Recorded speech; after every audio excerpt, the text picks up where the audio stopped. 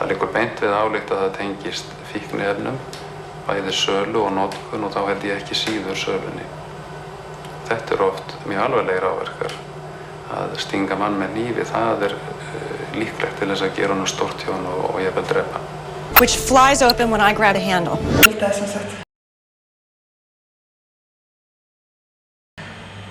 Fyrrverandi kærastanum mínum peninga og ég man ekki hvað var 60-70.000 eða eitthvað. Og þá fórum við bara inn til hans og við hringdum reyndar alveg fullt af símtölum til útlanda og tókum sjónvarpið hans og tókum eiginlega allt sem hann verðmætt þarna inni. Og síðan var ekkert hægt að segja. Hann gat ekkert farið til lögreglunnar eða neitt. Því hann gat ekki sagt að ég veit hver braust undir mig út af því ég skulda honum peninga. Svona þessi heimur hans og þetta geðveikinn sko. Í dag þetta svo brútal heimur og rukkanirnar orðnar svo brútal, að sækja skuldina. Það það sem hefur breyst mjög mikið og mér finnst mjög mikið að fólk sem situr heima eða bara að horfa á jafnvel þennan hugsa að fyrst og fremst þetta kemur ekki nálægt mér. En hver komin til með að segja það endilega að barnið skýrir sér heim í skólanum? Við erum komin á þann stað að við getum ekkert verið örugg það. Þetta rosalega lítið þetta ekkert mikið. En þetta byrjaði að gera samanber maður sem var drepinn á leiðinni heim úr vinnunni í Vesturbænum. Hann var tilfallinn að rölta heim til sín og var drepinn þar á götu. Við ættum að sjá miklu meira af þessu.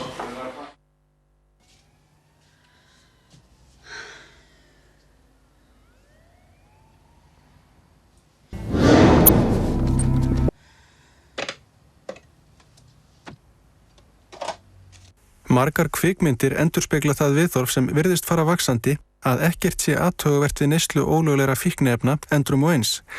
Litið á dópið sem saklausa dægrastyttingu. Hér sjást til dæmis leikararnir Nicole Kidman og Tom Cruise reykja marihuana. Með frístundaneytendum átt við fólk sem notar dóp en að öðru leyti ekki til vandræða. Það sinnir til dæmis áfram skóla eða vinnu og leiðist ekki út í afbrot til að fjármagna neysluna. Það eru stórir hópar í þjóðfélaginu sem að nota ólögleg vímuefni og sjá ekkert í raun og veru athugavert við það. Og þá þetta skapast talsvert mikil hætta. Við sem að stöndum hinum megin við borðið gætum þá farið að haga okkur óskynsamlega og sett ströng lög og jafnvel sagt þessu fólki stríð á hendur. Á þess að gera okkur grein fyrir því að þeir sem við erum að tala afkomendur okkar og börnin. Og það ekki gott að segja sinni þjóð stríð á hendur. Mikið af frístundaneyslunni fer fram á skemmtistöðum. Fólk notar í auknum mæli dóp í stað áfengis þegar það fer út að skemmta sér. Sigurjón hefur reykið skemmtistæði í miðborg Reykjavíkur. Þetta í gangi á þeim öllum. Þannig að það fyrir sjálfsagt bara eftir gestamönsturinu hvaða neyslumunstur þar í gangi.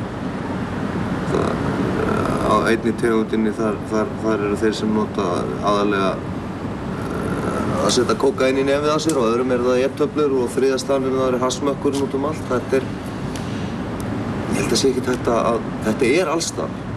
Búið að vera það lengi.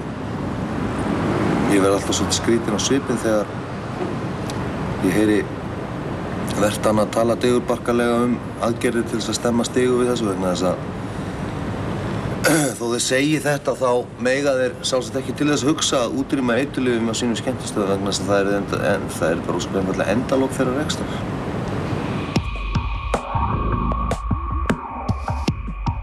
Það ljóst að dópneysla mun almennari en áður fyrr og hópurinn mun breiðari sem neytir fíkniefna. Frístundaneytendur upplifa sig ekki sem lögbrjóta enda komast fæstir þeirra nokkru sinni í kast við lögin. Oft á tíðum veit lögreglan ekkert neytendur, til dæmis ungt fólk, unglinga, í fleiri mánuði, jafnvel ár. Fólk getur verið búið að vera neytendur, jafnvel daglegi neytendur langan tíma á þess að lenda nokkuð tíman að verða vegi lögreglunar.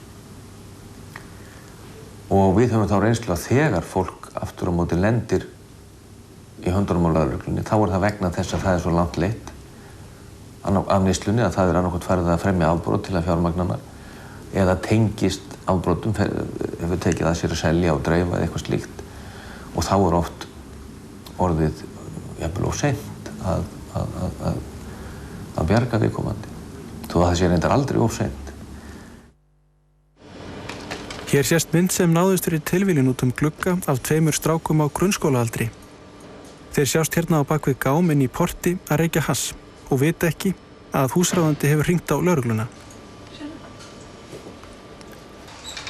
Strákarnir eru fljótir að sleppa pípunni þegar þeir verða þess áskynja að lögreglan komin.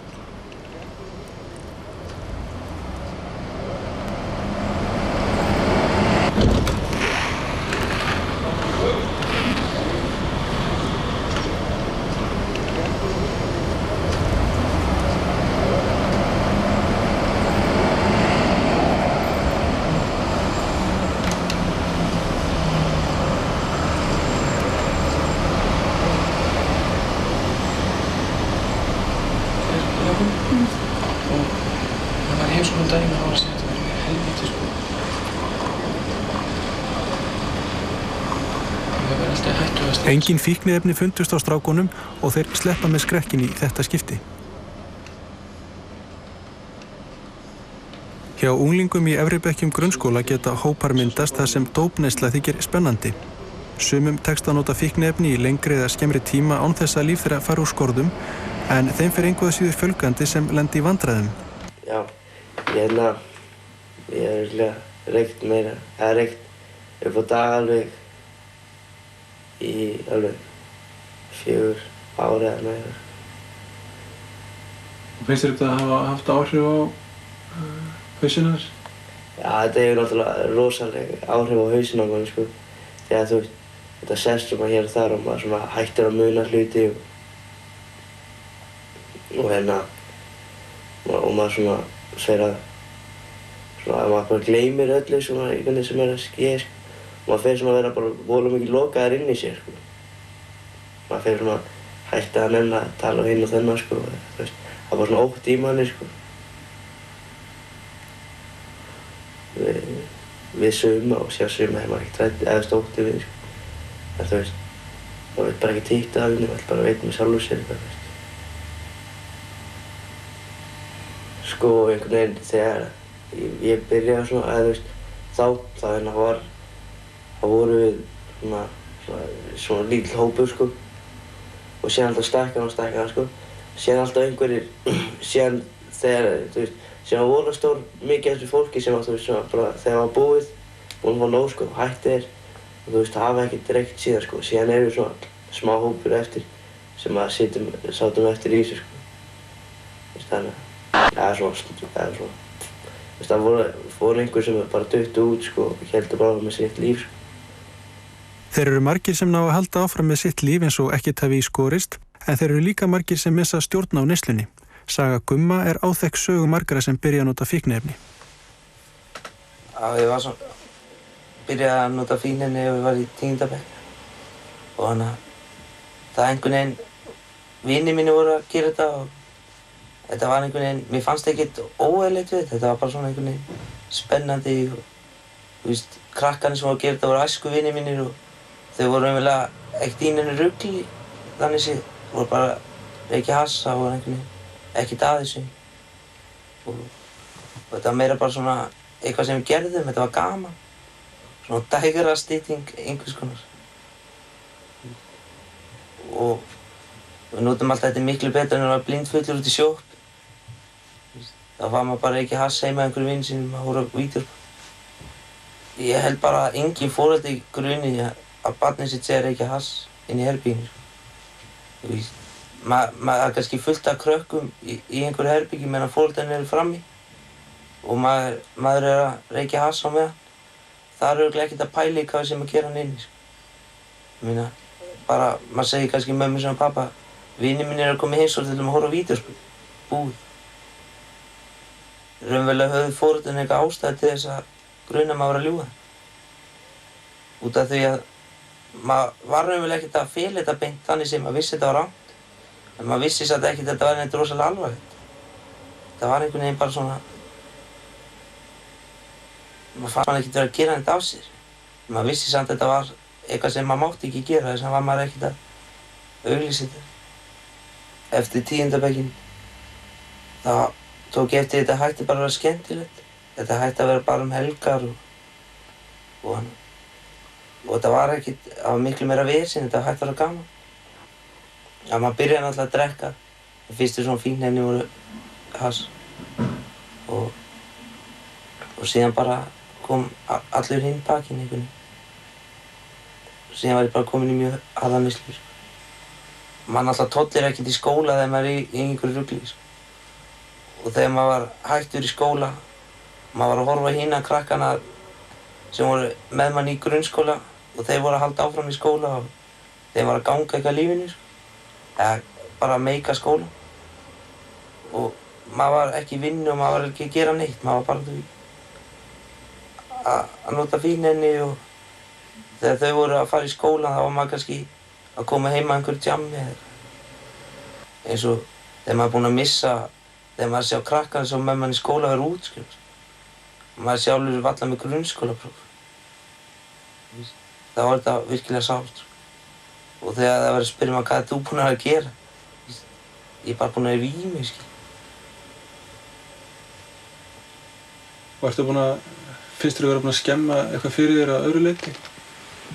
Maður er alltaf búinn að skemma fullt fyrir sig. Maður gerir sér bara ekkert grein fyrir því.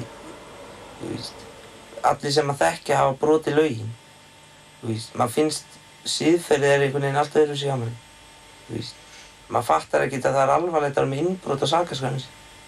Maður fattar ekkert, hvað venjulegu fólki eins og maður kallar það.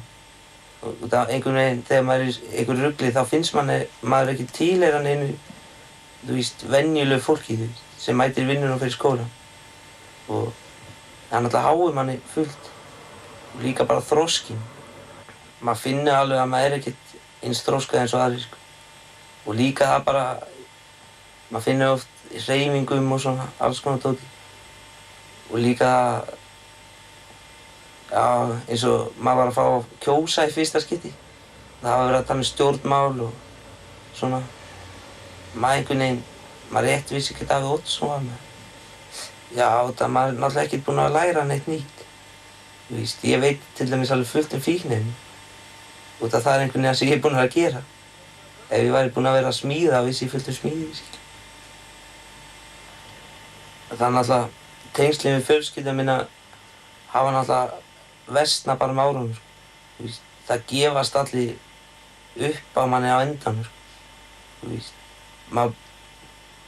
Ég á til dæmis alveg mjög góða fjölskyldu, En það er, fólk þolir ekki endalaust að sé stólað þeim, logið þeim og gert alls konar hluti, Og kannski það sem fer okkur verst með fjölskylduna, það er að horfa upp á mann bara degi einhvern veginn, maður lítur alltaf verra og verra út, maður borðar ekki neitt, maður er einhvern veginn bara geðveikur.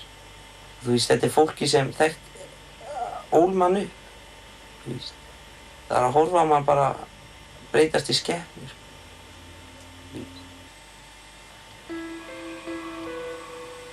Kvenfólk notar líka ólögleg fíkniefni þó ekki sé jafnmiklum mæli og karlarnir, eins og sjá má að fjölda innritana á meðferðarstofnanir. Eitt af því sem skilur þær frá körlunum er að þær gera minna af því að selja fíkniefni til að fjármagna í neyslu. En hvað fleira er frábrugðið? Já, stelpur eru miklu grimmari í sinni neyslu. Þær fara miklu lengra heldur en karlmenn nokkuð tíma myndi að gera. Og það er sofið hjá fyrir fíkniefni. Og það er rétt að komast í samband við þá sem eiga fíkniefni og ef þú lifir í þessum heimi, þessum fíkniefna heimi, þá veistu hverjir eiga fíkniefni og hverjir ekki.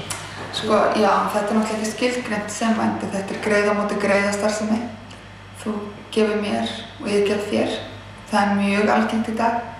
Stelpur ná sér í stráka sem að einmitt eiga mikið af fíkniefnum, geta reddað fíkniefnum. Og eða þær fara út í vændi, bara þetta venjulega.